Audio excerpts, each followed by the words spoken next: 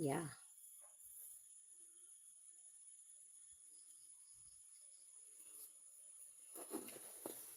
Oh, sakit ang aking balakang.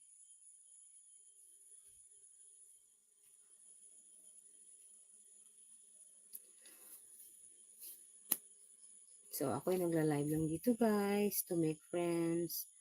No other than that. So, wala. Yun lang. Yun lang. Thank you sa dagdag na like. Maraming salamat. So, yun lang. Come to Jamaica.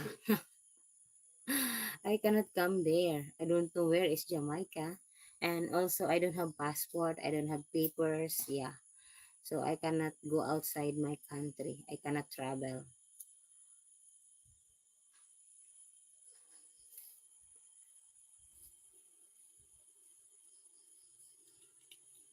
I cannot travel there.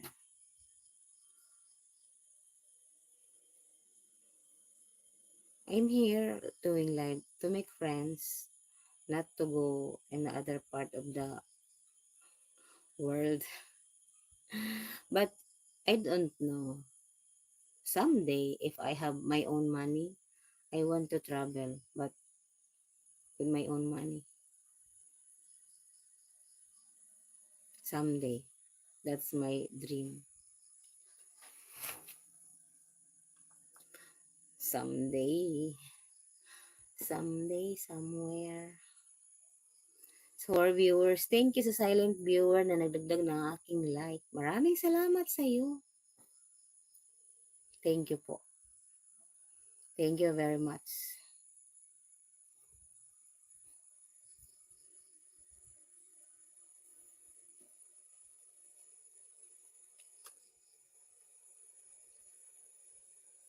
I'm here lang, nagla-live lang.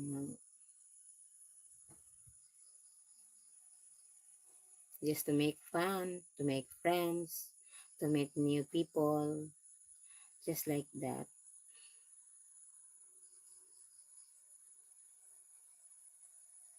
Makakala nila, nagla-live ako dito, naghahanap ako ng mga afam, naghahanap ka ng mga etc. No? Na makikipagkaibigan lang po, makikipag-meet ng mga bagong kaibigan. Kasi mga lumang mga kaibigan ko before, wala na, nag-disappear na. Do you farm rice before? We farm rice upland. You know what is upland rice? Di ba the wetland? Like the, I don't know how to call English.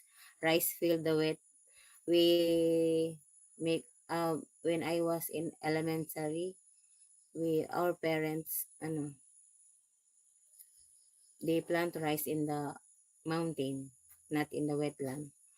3 and 3, shout out.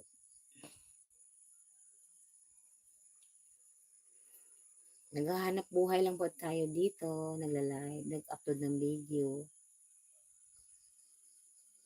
Sometimes maraming pagsubok, minsan hindi okay ang ating mood. But hindi ibig sabihin better tayo sa life. Because if you have God, di ka pwedeng maging better. Bitter. Oo. Sometimes talaga ma-down ka kasi nga ang dami. Kapagod minsan. Pero hanggang dun lang. After that, babangon.